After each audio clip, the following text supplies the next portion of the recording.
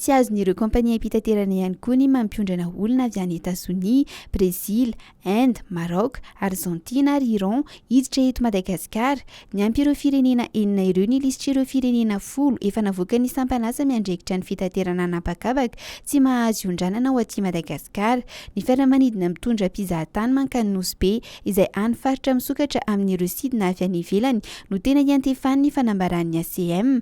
Ny sidina manokana fampodiana kosa dia tsy misy ny fandrarana alohan'ny voalohan'ny volana novembre, daty efa nambaran'ny filohan'ny pirenena fa hidiran'ny sidina fampodiana farany avy any ivelany. Tsy ho ela intsony raha ny nambaran'ny filohan'ny Repoblika dia ho vitan'ny lalam-pirenena fa 470 mampitoy any Moramanga sy Vohidiala.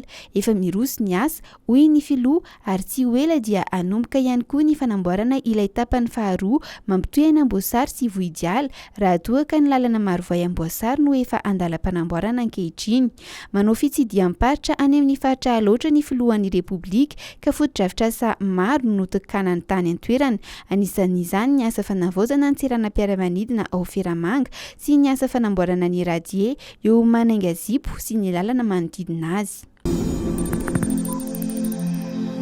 Tsy fanakaiky loatra ny lalao anankiroa hifanandrinan'ny Barean'i Madagasikara amin'ny Elefanta ny Côte d'Ivoire. Ny 12 novembre no atao ny lalao mandroso any Côte d'Ivoire ary ny 17 ny volana novembre kosa no atao ny lalam-pirenena izay iverina ampiantranoa ny toamasina ao amin'ny kianjan'ny Barika 5.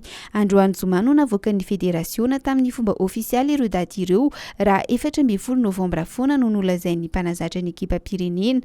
Manana 5 andro araka izany ekipa pirenena malagasy ahafahana miverina an-tanindrazana sy ho manana hiatrika ny lalao miverina.